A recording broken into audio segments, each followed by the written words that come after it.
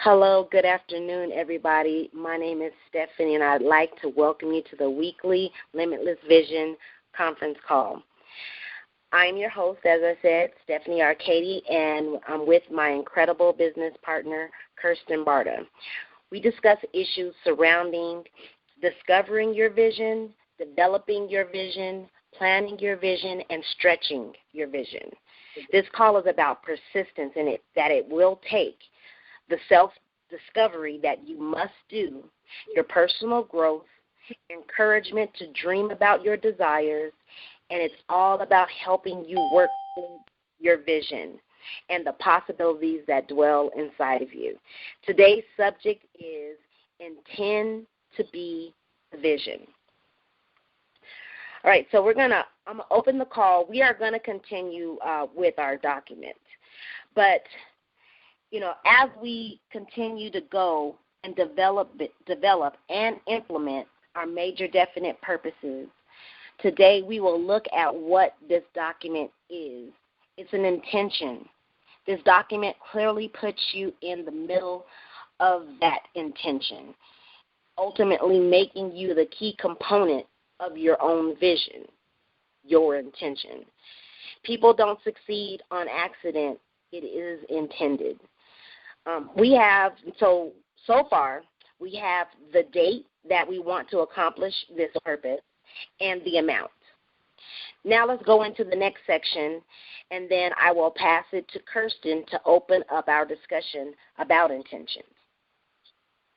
All right, so we're on the second paragraph of the definite major purpose, and it reads, in exchange for this, money, I will, and we're saying in exchange for what we put in that space in the first paragraph when we said what we intending to do by a certain date. So in exchange for this, we will give the most efficient service of which I am capable, rendering the fullest possible quantity and the best possible quality of service in the capacity of and whatever job, business, service, or profession that you're going to provide. Now let's kind of break this down just a little bit before we get into the call and talk about intentions. But it all ties together, so I'll just break it down. So in exchange, because it is an exchange, you want more, you want to have more than you give. Now I'm saying that wrong. I'm reading my script, and I said that wrong. You want to offer more than what's given back to you. Offer people more for their money. You deliver use value that is more in cash value so that there's never a shortage of customers. And I'm stuttering over my words, and I apologize, but let me explain what I mean by that. When you give people more than what they're paying for, they're happy.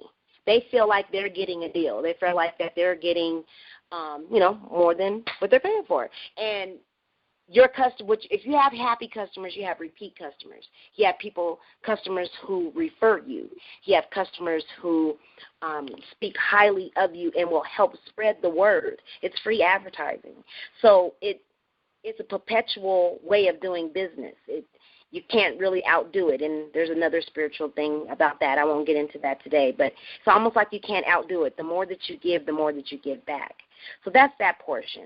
And then it talks about effective service, most effective service. You want to be effective. To be a servant is the highest level of leadership. Real leaders know how to serve. Kirsten, do you want to touch on this a little bit? Sure. Can you hear me? I can hear you. Can you hear me, Scott? Okay, cool. It kind of just, while you were talking, I was just thinking about, because I've been involved with network marketing for the past 3.5 years, and, all the network marketing leaders and people who are up on stage, like the success stories, they always talk about helping people and being of service. And, you go and you read leadership principles, and it's all about giving value to your customers and being of service. And if you look at their skill set, they really know how to communicate with people and how to really be of service. And even their emails, like if you subscribe to their email list, you can see that they really are genuine. They're really giving you all of the amount of value that they have discovered in their stories, through their stories, through the books that they have read, through other people's stories that they share. You can just see the quality of the leadership in them because of they're willing to serve. And for a long time, like I know for a long time, as an amateur marketer, I was a spammer. And I would just join my opportunity, do this, click on my link, buy for me, And I just kept hearing from my leaders, be of service, help other people, and offer value. And value and service kind of really I find go hand in hand.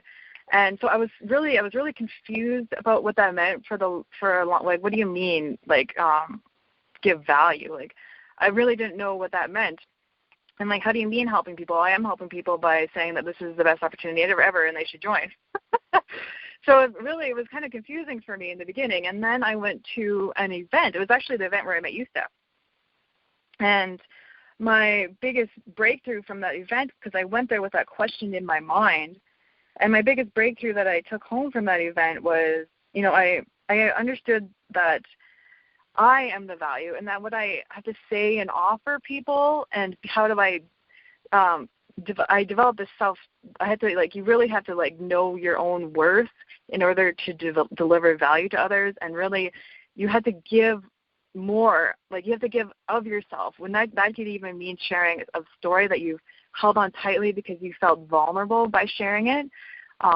It could mean just being of service, helping people get started, just giving them a call, understanding people and understanding the things that you went through when you started, and understanding that, it's scary for people, and really going out there and helping them, and just offering them tons of value, and just being there to serve people.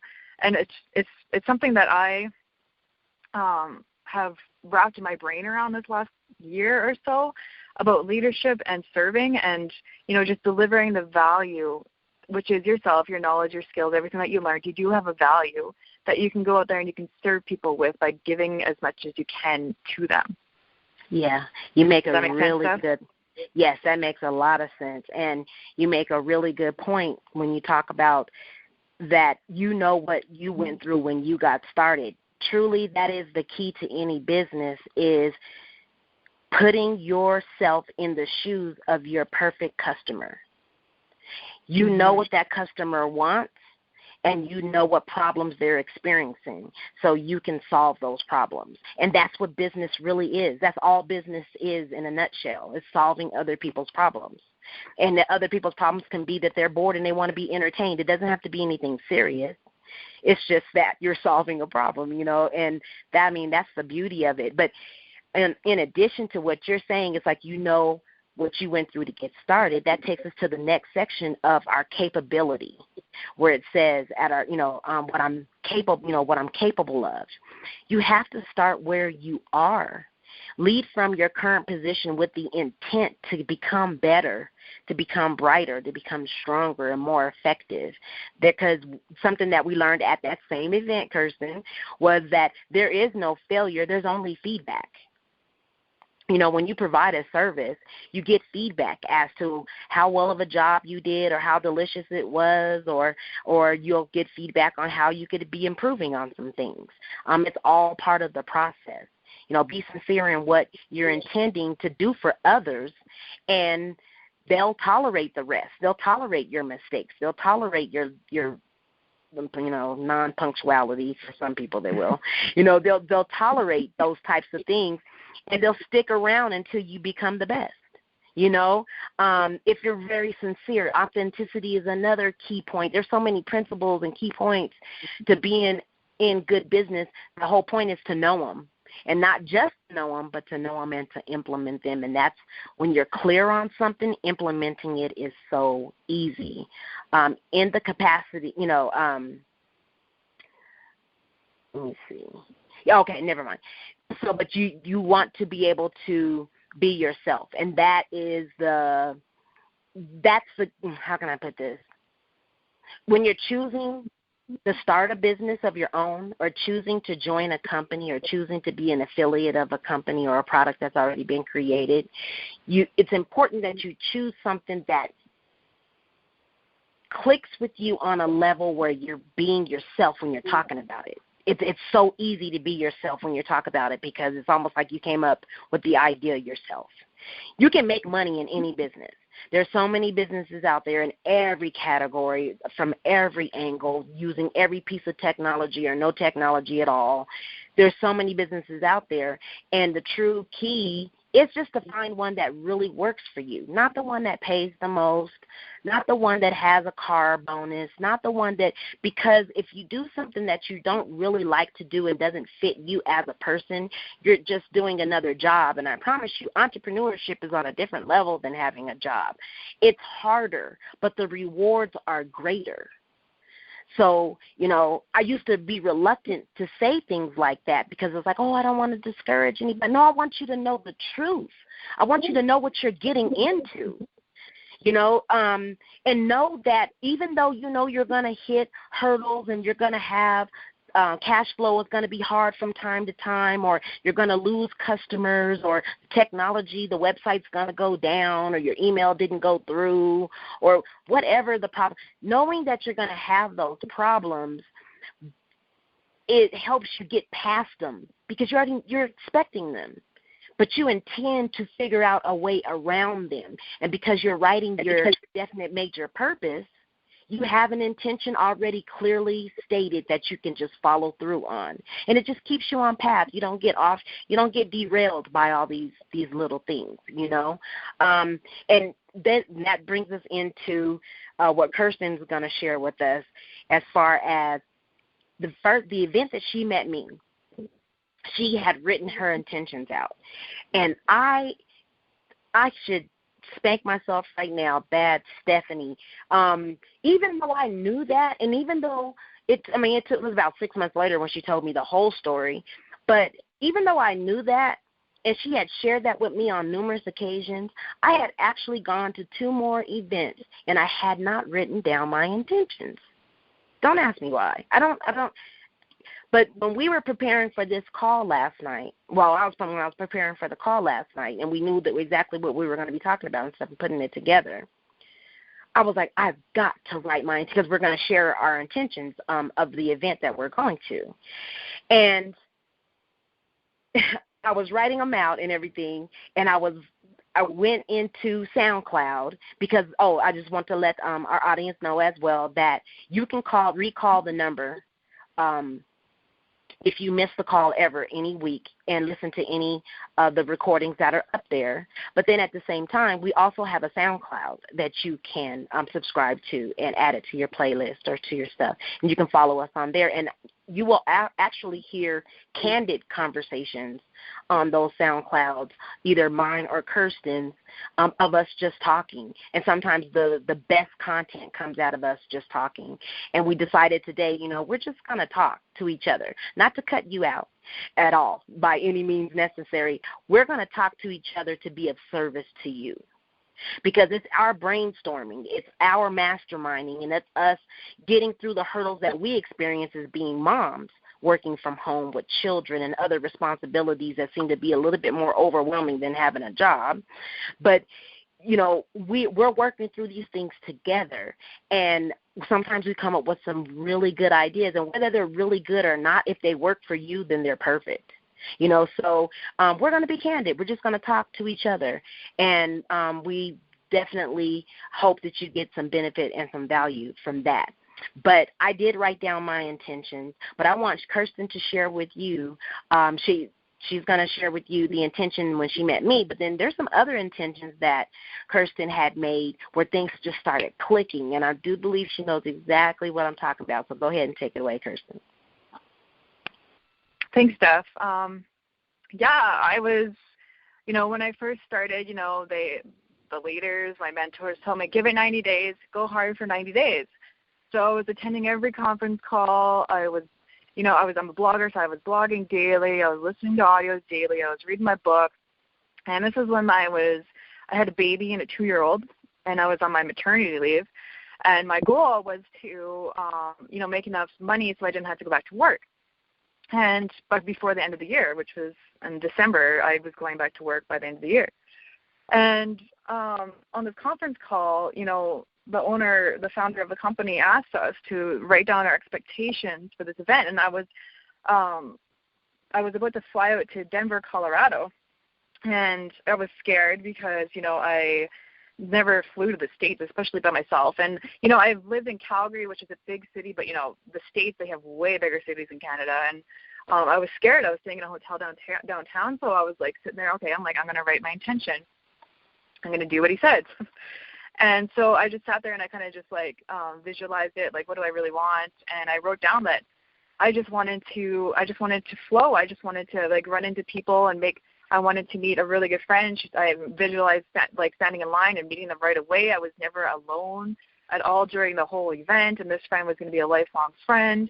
And, like I said earlier, I went there with the intention, with the question, what is value? How do I market value and all that kind of things, which I got all those answers or questions answered about value, is that I am the value, and, who I am, what I have to say is a value. A lot of people don't realize their own self-worth.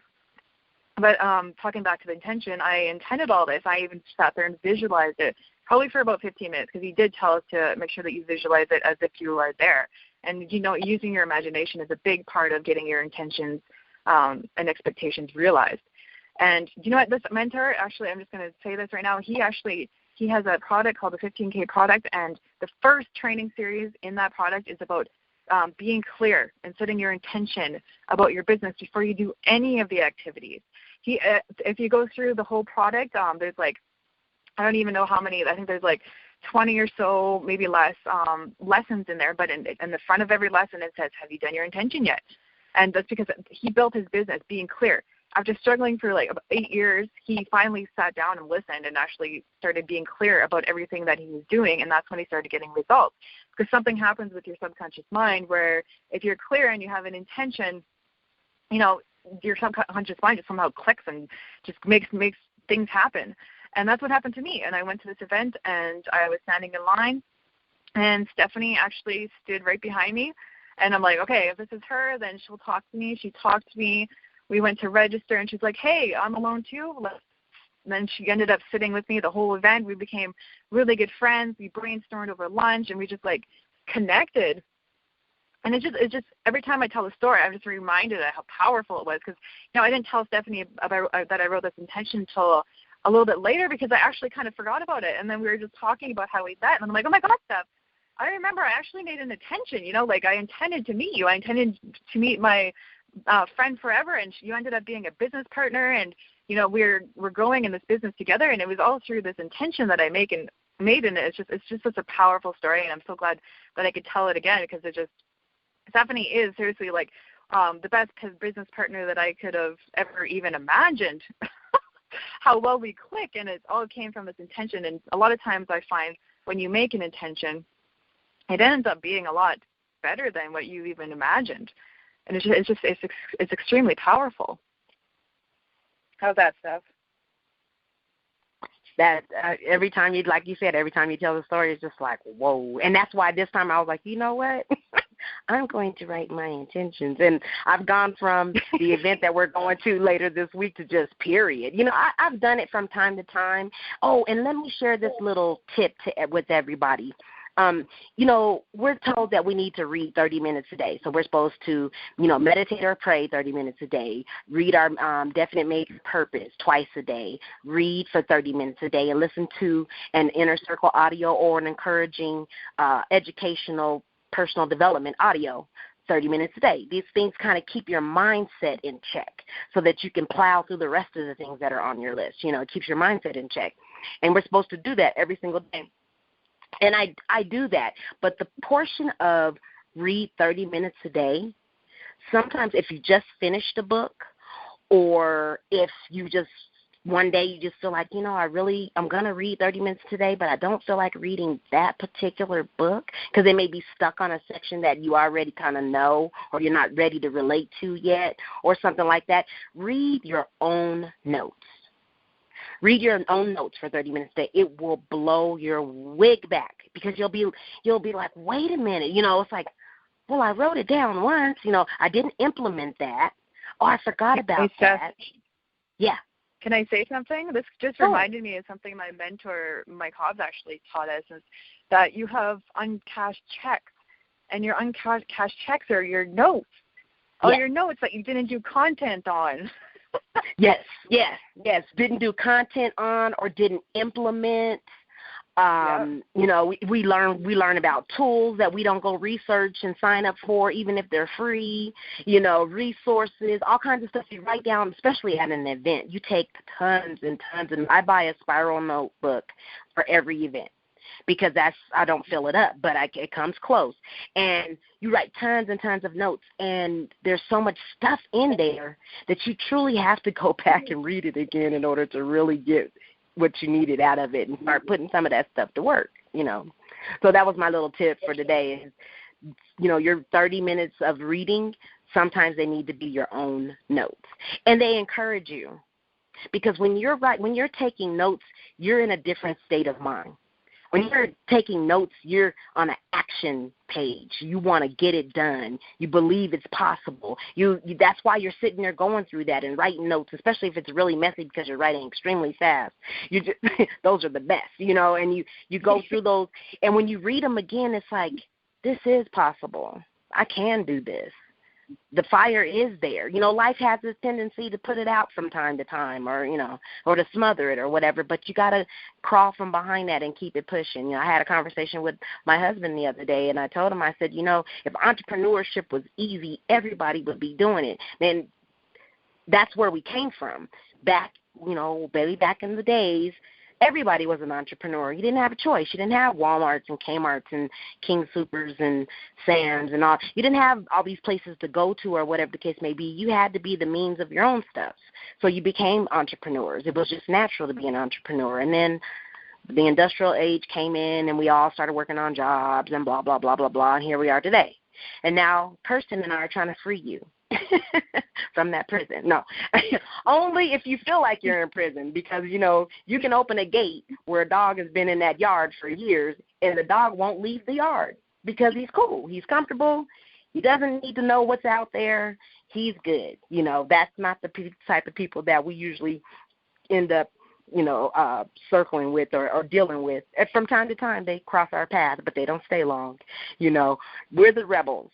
We're the ones who are willing to take the risk. We're the ones who are willing to figure it out. This reminds me, I was reading this morning, and I was reading Go Pro by Eric Warr, who's like very successful network marketer. And yes, I know him. Okay.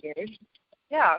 And actually, I was reading today about he has different categories he has blue collar, white collar, investment, and traditional business. And he was talking about how times are changing to go from getting paid by the hour to performance-based pay because of the way that the economy is running right now and the way everybody, he said that companies are going to start, start paying you they'll pay you like a minimum wage just to save money, and then they'll give you, you can earn more money based on your performance and all this kind of stuff. And I was just thinking about it, I'm like, oh my God, that's kind of crazy. And then how he was talking about, network marketing, it's not perfect. It's just a better way. It's just it's a performance way. It's about really developing skills. It's actually, I find it really fulfilling despite how hard it is. I find it extremely fulfilling because I feel like I'm actually doing something with my life. I see the end road is, it's not like I'm going to be stuck at a job for 40 years and then retire. I feel like I can choose what I want to do. And I feel like this is a freedom, I feel like and it's fulfilling to work hard. I find it fulfilling to be disciplined. I find it fulfilling to read daily because you have all these aha moments and you're growing as a person. You feel like you're stepping into it's fulfilling to step into your visions, and it's fulfilling to visualize who you want to be and step into that and bring people up and empower people and spending money to go to events. It cost me $700 to fly to Orlando, and we're flying on Thursday. And it's not cheap. I live up in Canada, and these events are always down in the States. And, a lot of people are like, why do you spend so much money to go to these events? They're so far away. And, I see, I want to be successful in terms of freedom. I don't want to have to go back to work. And now that I live an hour and a half away from a consulting job, I'd be driving, and otherwise I'd be working at the post office. Or, I see so much more for my future now that I started building a business, and I'm doing everything that I can possibly to make that happen. And that means I don't see $700 as being wasted. I see it as being an extremely investment into myself and into my business, and into the, a lot of things I hear from leaders are don't quit, because the people you haven't met yet need you not to quit on your dream. Right. They need you not to quit on their dreams, Oh, man, and I do not want to cut you off, but I want to pick the ball up from that point. I know, because that's you have to think about, we have to think about the people that need us. When we feel like that we don't want to do it anymore, and we don't want to work anymore, and it's like you want to think about the people that need you. There's somebody out there that's looking and haven't quite found exactly what it is that they're trying to do, and they're waiting to hear from you. Or you need to be in place so that you can be there to serve them. And I that was something that I shared with you when you were here in Denver, is that I feel like if I don't succeed, I'm not just hurting myself. If I feel like if I don't follow through and ultimately get what I wanted to get, then I will be hurting more than just me. And that kind of keeps me going, because I feel like I'm not feeling for myself, I'm feeling for everybody. I'm feeling for those that are watching me. And when I say that, I'm talking more in particular of my family members, my younger, my kids, my nieces and nephews and younger sister, and, just anybody that's watching me that they don't understand why I invest so much money. They don't understand why I invest so much time, but they're not really comparing the two. It's like, well, you go to work every day and you don't even like your job. I have nothing against jobs, because I was sitting here contemplating, well, do I want to go ahead and do at least a little part-time just so that I can invest more money into the business or whatever. But then I was like, no, I think I'm just going to stay on this path. And we've got some things coming up in this company that are going to change things for everybody, whether you're in Empower Network or not. And, this call is a safe place. We don't care if you're in Empower. We're inside of Empower or looking to get into Empower. We just want to inform you. We are all fellow entrepreneurs. That's what we are, bottom line. And I will root for any entrepreneur. I don't care what company they work for, because that's their family to me, because we're a rare breed, and it's really odd to say that considering that's how we started off. But it is what it is, and the percentage of us is a lot smaller than that other 95%. Isn't that what it is, Kirsten? 95% to 5%, or is it smaller than that? I don't know, but yeah, I don't know actually. Yeah, like they say there's only the 3%ers have 80% of the money, or the 5%ers have 80% of the money. It's those people, and they didn't get it easily. It's not about easy. It's not about easy. It's either you want what's at the end of the rainbow or you don't want it, and when you run into those tough questions, and we got a nice call set up for you guys about those tough questions too. And when you run into those tough questions, the only person that you really need to answer those questions for are yourself. Because if you can answer... And you know what? I was just going to say, it's okay to get off track, because that's part of the process, and you don't have to beat yourself up for it for feeling like a quitter. You don't have to, you can always come back to it, Yes. You just don't quit. It's okay if you have to go deal with something for a bit, or you have to, working on your mindset and getting out of old belief systems inside you. And, when you go into become an entrepreneur, if it's not a traditional business, if it's some kind of network marketing business, you're going to get problems from ignorant people, because they just have the old belief system that, you go to school and then you work for 40 years and you retire. And you have to really... That's the majority of people, and they just don't understand. Ignorant. I don't say they're ignorant to be rude. I just mean they're ignorant as in they're not aware of the what do you call it? The new way of thinking. You know what I mean?